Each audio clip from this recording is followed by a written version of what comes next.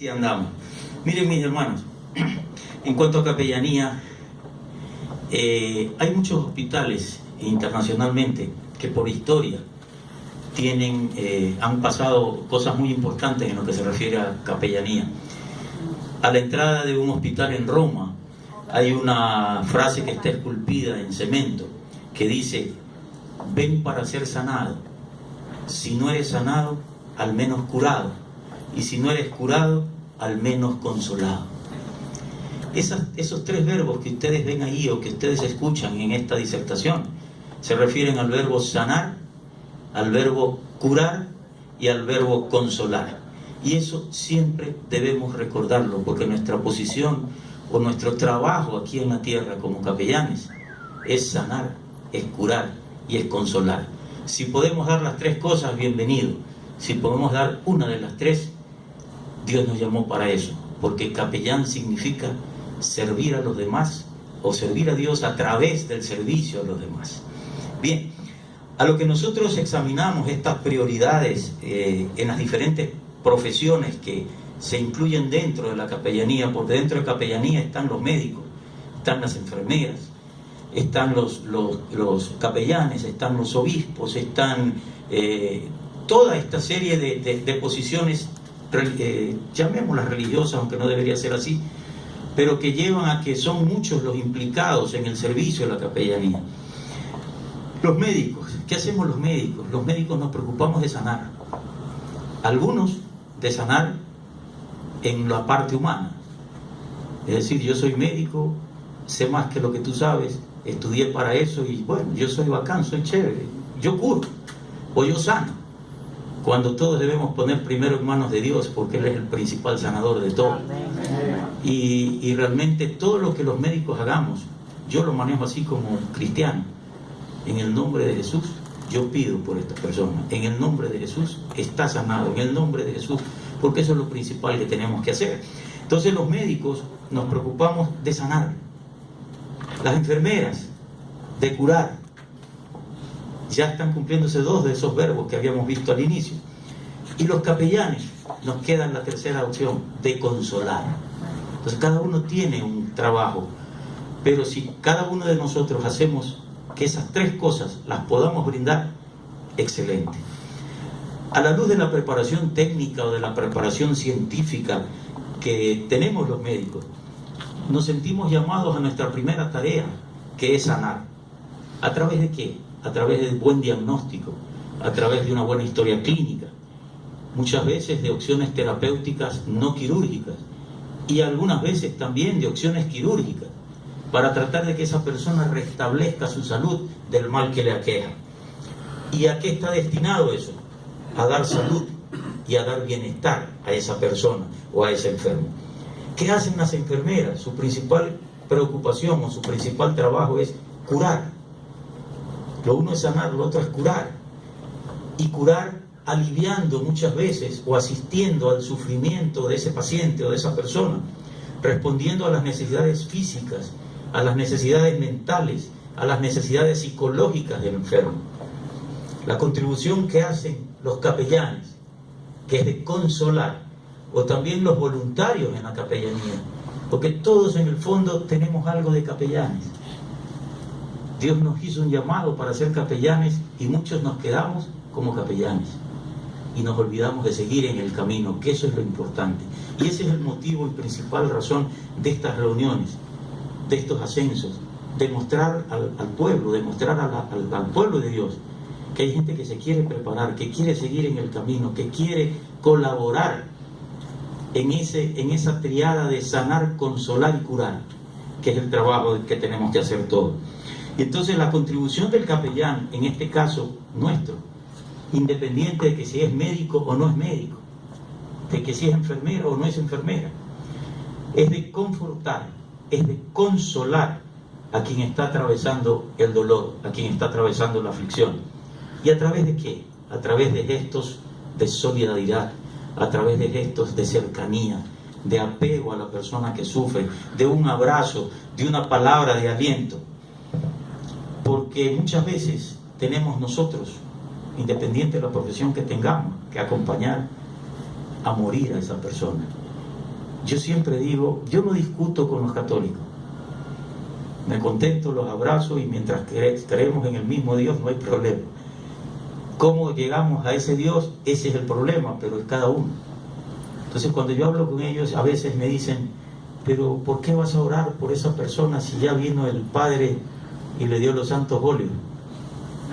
Sí, está bien. La Biblia es clarita, untar aceite sobre los enfermos, orar y pedir sanidad en el nombre de Jesús. Sí, está bien. Y siempre les digo, mira, hay una diferencia. Mientras el sacerdote ayuda a morir, nosotros ayudamos a vivir, porque sabemos que la muerte es ganancia. ¿Ok? Entonces, viendo eso, a través de la cercanía, de la solidaridad, del abrazo, de acompañar a estas personas que sufren en su proceso doloroso, en su proceso de aflicción, en su enfermedad, muchas veces terminal, ayudamos también en cierta forma a que cuando mueran ellos conozcan recién lo que es vivir. Esa es nuestra función. Aunque a veces representemos diferentes disciplinas, aunque a veces dentro de nuestros trabajos, nuestras profesiones seamos diferentes, siempre debemos dar atención a esos tres verbos: sanar, curar y consolar. Partiendo de esta premisa, yo propongo plantear el aporte constructivo de lo que significa la capellanía personal, de lo que significa la sanación, la curación y la consolación de todas esas personas que tienen la necesidad. Cuando hablamos de acción pastoral, nos referimos en primer lugar a los capellanes, porque ahí ya no es el médico, ya no es la enfermera. La acción pastoral nos corresponde a nosotros, seamos o no seamos médicos, seamos o no seamos enfermeras, enfermeros, capitanes de bomberos, qué sé yo, cualquier profesión. La cuestión de la acción pastoral la hacemos nosotros como capellanes. Capellanía como proyecto de iglesia, capellanía como colaboradores, como instrumentos, como recursos que tenemos que poner a las personas con necesidades para irradiar una sola cosa: el Evangelio de la Misericordia, que eso es lo que nos lleva allá. ¿Y cuáles son esas funciones o cuál es esa acción pastoral de la que hablamos? No voy a demorarme mucho, voy a dar solo los puntos importantes que sería bueno que lo recuerden. ¿Por qué no anotarlo? Porque son muy importantes en este trabajo, entre comillas, que tenemos. Pero trabajo que lo hacemos con gusto, no nos cansa. Trabajo que lo hacemos de corazón, más bien nos alegra y no nos cansa. ¿Cuáles son esas acciones pastorales? Primero, la identidad del capellán. En primer lugar, la identidad del capellán. ¿A qué se refiere esto de la identidad del capellán? Son requisitos para asumir ese papel que nos están dando como capellanes. Pero ese papel puede variar en muchas partes del mundo o dependiendo del credo de creencias que tengamos. Y es así como, por ejemplo, habrá muchos que se reconocen como capellanes siendo sacerdotes o siendo ministros ordenados. Hay algunos que hacen su identidad de capellán religiosos o laicos que tienen una determinada preparación, que se han preparado para eso y que reciben el visto bueno o el bienestar de sus iglesias, de sus guías espirituales, de sus pastores. Pero la verdadera identidad del capellán, lo que debería distinguirnos a nosotros, se basa en los siguientes elementos. Número 1, motivación en el servicio. Hermano, si usted no tiene motivación para hacer algo, la motivación es el motor de la vida. Si usted no tiene esa motivación, no podemos avanzar. No es posible acompañar bien a quien tiene una necesidad o quien tiene una aflicción. No podemos nosotros estar junto a quien nos necesita en un momento dado si nos faltan las verdaderas motivaciones que nos llevan a estar ahí. La capellanía pastoral, hermanos, requiere de un corazón sensible. Si usted no tiene el corazón sensible, solo se quedó con el nombre de capellán, pero no ejerce su trabajo de capellán. Un corazón sensible, un corazón educado en servicio a los demás, y no en improvisaciones, y no en forcejeos, y no en peleas, y no en discusiones que porque no fui yo y fue el otro. Todos estamos para servir. Segundo, hay que estar preparados científicamente, y ese es el motivo principal del colegio de capellanes, que la gente se prepare, que el capellán no se quede con un diploma o con una insignia, que el capellán siga aprendiendo, siga asistiendo a las charlas, haga cursos a distancia, en forma personal, no importa. Lo importante es seguirse preparando, y gracias a Dios que tenemos un hombre, y no porque sea mi amigo personal y lo respeto mucho, que realmente le da tiempo a esto. A veces somos nosotros los que no lo acompañamos a él en su tiempo. Pero hagamos conciencia que para que esto surja necesitamos del aporte y del apoyo de todos. La presencia del capellán, presencia física del capellán, no de ser guapo o feo, eso no tiene nada que ver. A veces los feos son más inteligentes que los guapos, y yo me incluyo en el primer grupo, por si acaso no vayan a pensar que no estoy. La presencia del capellán en los ámbitos de la acción pastoral abraza una serie de contextos, abraza una serie de procesos: hospitales, casas para ancianos, asilos, cuarteles militares, instituciones psiquiátricas, centros de rehabilitación, de droga, de adicciones, de alcohol, o centros de rehabilitación de personas con discapacidad, hospitales universitarios, hospicios, cuarteles, iglesias, comunidad, parroquia, barrio, casa. Cada parte tiene la necesidad de la presencia de alguien que quiera dar servicio. Los horizontes de la actividad pastoral son inmensos. El ámbito de la actividad pastoral es grande, pero siempre debemos recordar: enfermos, afligidos, necesitados, abandonados, perdidos, y lo principal, la familia. Comienza por ahí. La familia es lo primero. Empieza a servir a tu familia y después sirve al resto. Pero si el resto tiene una necesidad prioritaria, no abandones a tu familia. Acompáñate de tu familia para dar el servicio, que eso es lo importante. ¿Cuál es nuestro papel? En el diario vivir, en el día a día, nosotros nos vemos abocados a múltiples papeles. Nosotros podemos delinear un mosaico de papeles, un orden de papeles, cuáles son las prioridades, cuáles son las cosas primarias, cuál es la secundaria, cuál podemos dejar de hacer en este momento para hacer la siguiente, o cuál no podemos dejar, así no tengamos el tiempo. Porque a veces no tenemos tiempo, pero debemos darnos el tiempo. Cada uno de estos espacios necesita su propio tiempo. Veamos algunas cosas, algunos papeles en los que estamos incluidos. El papel simbólico es el primer papel. El capellán no puede estar en todo sitio, en todo momento, en todo lugar, cuando hay la necesidad urgente o cuando hay una necesidad que puede ser suplida con tiempo. El capellán no puede estar en muchas partes a la vez. No somos Cristo. Cristo está en todas partes. Pero la presencia simbólica de nosotros hace que seamos algo más grande que lo que significa estar en presencia. A veces una palabra a distancia, una llamada de teléfono, un mensaje. Si utilizamos las redes sociales para tonterías, perdónenme el término muchas veces, ¿por qué no utilizarla para un mensaje, para una reflexión, para llamar al hermano que está con la necesidad y que reciba un mensaje con una palabra que lo aliente, que lo fortifique? O sea, no necesitamos estar en persona. Ese es el papel simbólico del capellán. Nosotros mismos no nos consideramos salvación de nadie. Los capellanes no salvamos a nadie. Somos solamente un instrumento en las manos de aquel que salva. Nosotros servimos a Dios a través del servicio a los demás. Debemos ser humildes, hermano. El principal papel de un capellán es la humildad. Ser humildes, aún sabiendo que podemos hacer cosas maravillosas y sobrenaturales, porque Cristo lo dijo: veréis cosas maravillosas, veréis cosas sobrenaturales que ni sus ojos ni sus oídos. O sea, sabemos la palabra, tomemos la palabra. Son promesas que Cristo nos puso en la Biblia para que nosotros las captemos, las cojamos y las reclamemos. Las conocemos, pero no las reclamamos. Y a veces para cosas tontas, ¿no? Señor, tú me quieres prosperar, quiero aunque sea un Lada o un carrito, no por usted, pastor, aunque sea un carrito Lada, no importa si es usadito, si me lo regalan mejor. No, hermano, quiero un Mercedes-Benz plateado con doble aire acondicionado, asientos de cuero. Por favor, Dios nos da ese poder de poder pedirle las cosas con humildad, sí, pero tenemos que ser claros, no andemos en la vaguedad, de pedir, bueno, si es que llega. No, tiene que llegar y va a llegar, por eso es la fe.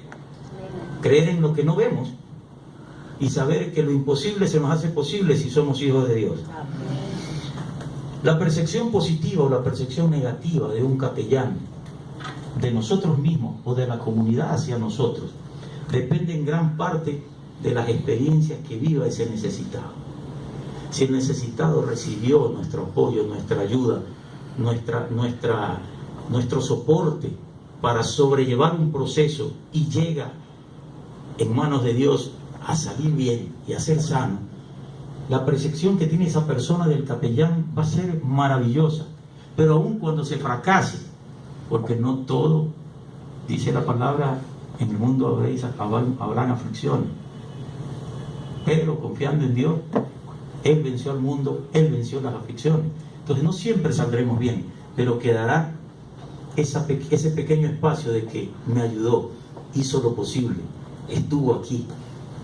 Entonces esa percepción, a veces un eventual rechazo que pudiéramos tener, porque las personas son así, nosotros los seres humanos queremos que las cosas se den, y cuando no se dan, como que nos ponemos en esa posición de, bueno, pues no se dio, ya para qué vuelves a venir.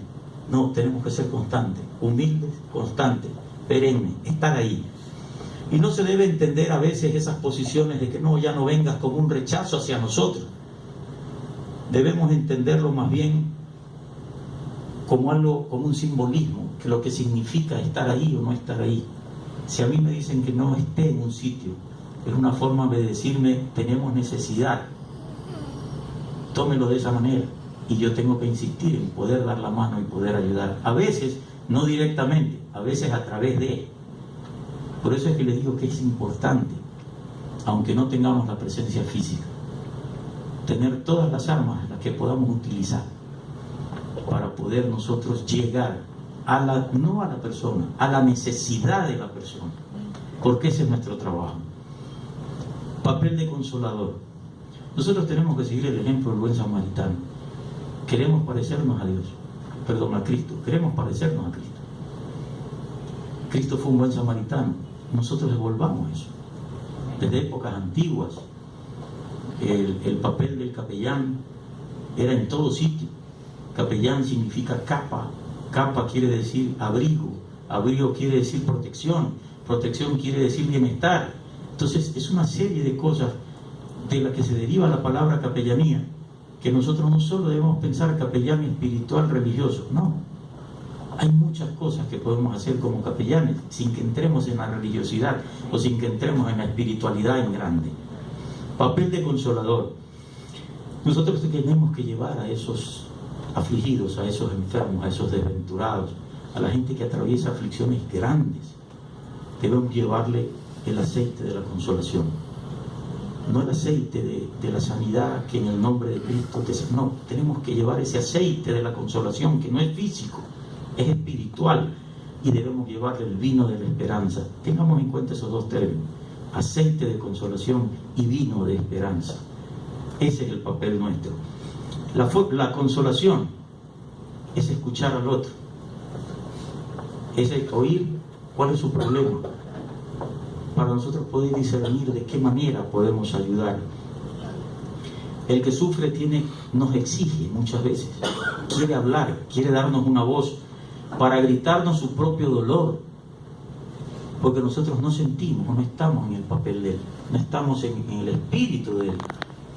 Entonces tenemos que escuchar. Él quiere sentirse sin prejuicios, sin pecado, olvidándose de su dolor. No quiere sentirse culpable, no quiere sentirse disminuido, pero depende de nosotros, con lo que oigamos o con lo que brindemos, que esa persona no se sienta así. Papel de intermediario, ese es el otro papel que desempeñamos. Los capellanes privilegiamos nuestra atención hacia las vivencias interiores y hacia las relaciones interpersonales con estas personas.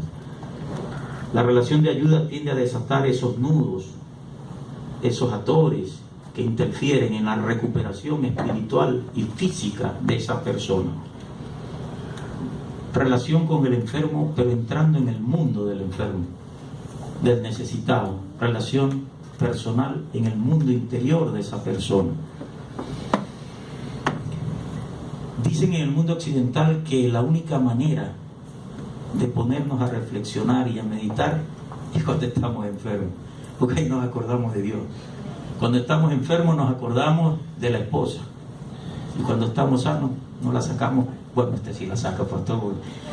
Usted sale en fotos, pero en todos lados con su esposa, y lo felicito realmente, aunque usted no sube las fotos, yo lo sé, pero eso es bonito. O sea, a veces es en la enfermedad cuando nos acordamos que tenemos una mujer al lado que sufre, llora, se ríe y se alegra igual que lo hacemos nosotros. Entonces, esa relación con el propio mundo del enfermo, llegar a ese momento, no esperar la enfermedad, no esperar la aflicción, no esperar el problema para recién darle una mano. Si cuando está bien también podemos tener una palabra de aliento, no de alivio. El alivio se lo damos cuando está enfermo, cuando está en una necesidad, pero el aliento, la perseverancia, el que sigue en el camino, el transmitirle lo que nosotros hacemos o queremos hacer para que él también lo pueda hacer con otra persona. El capellán se inserta en el mundo de ese ser interior del necesitado y transforma la aflicción, transforma la crisis en una oportunidad de salir adelante. Dicen que los japoneses, en los momentos de mayores problemas, cuando más salen arriba. Los japoneses tienen esto de que jamás una aflicción, un problema, algo que los afecte, la pérdida de un trabajo, cualquier cosa que sea negativa, ellos la transforman inmediatamente en algo positivo. ¿Por qué no podemos ser así dentro de la parte espiritual? También nuestro papel es en función de las necesidades de los familiares de los necesitados, no solo con la persona. El capellán tiene que tener una interrelación personal con la familia del necesitado. Nosotros tratamos de solucionarle el problema del que sufre, pero nos olvidamos que el familiar también sufre. Nos olvidamos también que el familiar atraviesa la crisis, quizás más que el enfermo, porque muchas veces el enfermo postrado en una cama no sabe lo que tiene, porque el familiar le dice al médico, no le diga, pero el familiar sí lo sabe. Entonces sufre quizás más que el propio enfermo. Nosotros, en el caso de una enfermedad, de un trastorno, de una aflicción, de una necesidad, tenemos que transformarnos en ese mediador que trata de sensibilizar a todas las personas que están a nuestro alrededor, llevando una palabra de aliento, una ayuda personal, física, espiritual, monetaria muchas veces. Si podemos dar algo que pueda aliviar a ese enfermo, qué bien.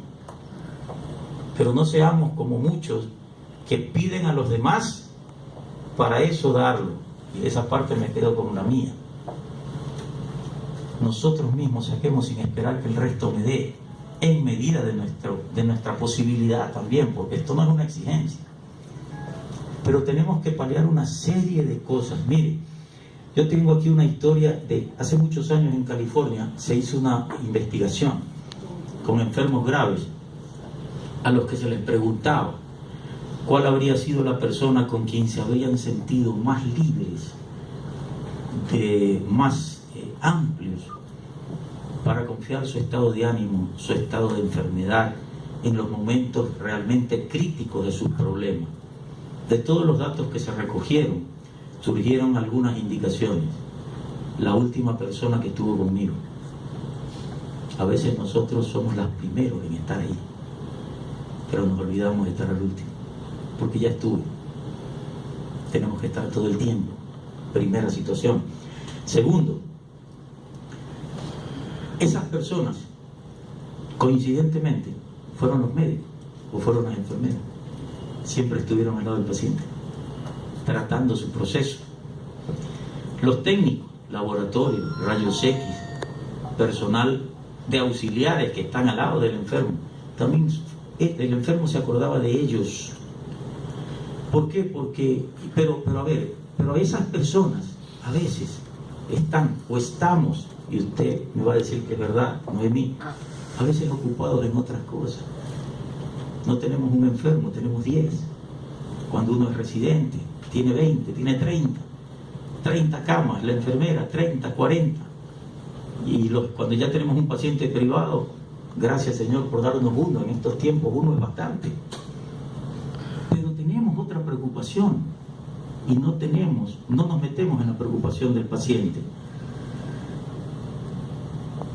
No está en que los médicos o las enfermeras fueron mejores, simplemente estuvieron ahí. Ese es el papel. ¿Y saben en qué posición esta investigación puso a los familiares? 6º lugar, 5º lugar. El enfermo no se acuerda del familiar cuando está con su aflicción, se acuerda de quien le dio la mano, no del que está pensando cuánto estamos gastando en la clínica, ni preguntándole al médico cada 5 minutos qué tiene, qué va a pasar, cuál es el diagnóstico, cuándo se va a morir. Porque así nos preguntan: doctor, ¿cuándo se va? ¿Se va a morir? Sí, desde el punto de vista médico, siempre digo yo, si estamos en Cristo, Él es el que decide. Yo he visto cirróticos terminales con abdomen acá, sangrando, médico, 2 semanas de vida, y Dios los tiene caminando en las calles 5 o 7 años después, sin cirrosis, sin hepatitis B, sin hepatitis C, sin SIDA. Yo lo he visto. Mi testimonio es personal con mis pacientes. Cáncer de páncreas terminal, hombre de 42 años.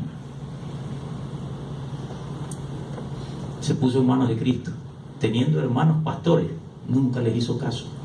Cuando Dios lo tocó con el problema, acude donde mí como médico. ¿Qué hacemos, doctor? Como médico, nada. Operarse, paliarle la situación, hacer un drenaje, despigmentarlo, quitarle el dolor y nada. Tiene 6 meses de vida. Con terapia, sin terapia, con quimio, sin cirugía, con cirugía, no importa, 6 meses. Tratando de que esos 6 meses los viva bien, o medio bien, y no con todos los problemas. ¿Y qué hacemos, doctor? ¿Hay algo más? Ponte en manos de Dios.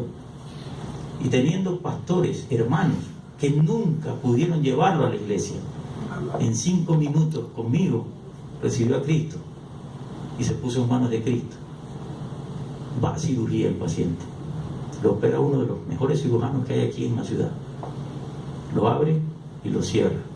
Esos son los pacientes que en el argot médico se los conoce como Abraham Sierra.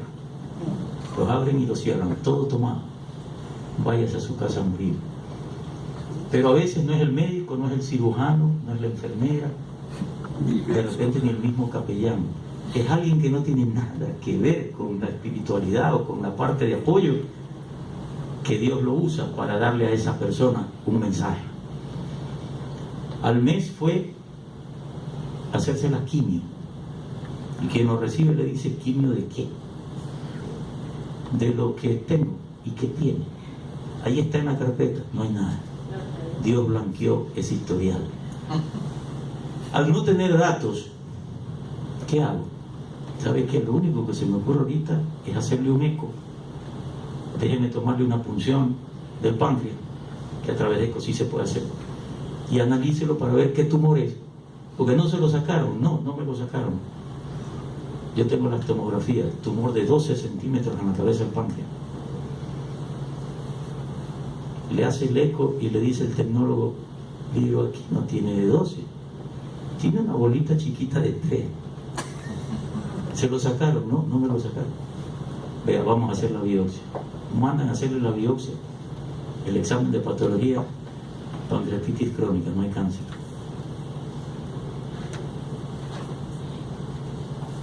El hombre, 42 años, pintero, sin cáncer, despigmentado, recuperado de la cirugía. Y en vez de decir gracias Señor, se dio a la Dolce Vita. Dele al trago, a las mujeres, la fiesta, la parranda, botó de la casa a esa señora negada, sacrificada, que lo limpió cuando se hizo caca, se orinó, que estuvo al lado de él, que lo bañaba, que lloraba más que él. Ahí se quedó. A los 2 meses de eso, de nuevo de este color, del de aquí adentro, no del negrito. se le hacen los exámenes, tumor de la cabeza al páncreas. Ahí fue, y el Señor lo hizo pasar por quimioterapia, radioterapia, con todos los problemas, con todas las cosas que producen. Pero el hombre regresó a los caminos, porque Dios es bueno. Tú le fallas una, Él te da la mano. Tú le fallas dos, Él te da la mano. Tú le fallas tres, Él te da la mano. Pero ya no le busques más, porque está cansado, hermano. Ya no vayas a la cuarta, a la quinta, aunque dicen que no hay quinto malo. Pero bueno, no llegues a esos extremos. No abuses. Dios es bueno. Después no es que no es bueno, sino que ya ahí quedó. Yo te di la mano, tú no quieres cogérmela. Porque Dios no es que nos coge a nosotros así. Nos espera que nosotros le digamos, Señor, dame tu mano para ir contigo. Volvió a los caminos, volvió donde su esposa, pidió perdón, asiste a la iglesia. El Señor lo tiene sano de cáncer, tiene ya 8 años sin ningún problema. Y a veces yo lo veo y le digo, hermano, una cervecita. No, hermano, ¿cómo va a creer? Usted está mal. Usted no es pastor. Me dice, bueno, sí, pero yo solo le digo a ver si usted es como que lo hinco, ¿no? El hombre está. Entonces, mire, a veces no es el capellán en sí, pero si tú tienes ese entorno de quienes están al lado de él y les llega a esa persona un mensaje, una palabra, también puede ayudarlo sin que tú estés presente. El papel de la animación, para terminar. La animación significa dar el alma. Animar a alguien significa dar algo nuestro para apoyar a esa persona, llevarle luz en ese momento de tiniebla que tiene la persona, llevarle vitalidad a esa astenia, a ese decaimiento, a ese cansancio que tiene esa persona. Nosotros como capellanes podemos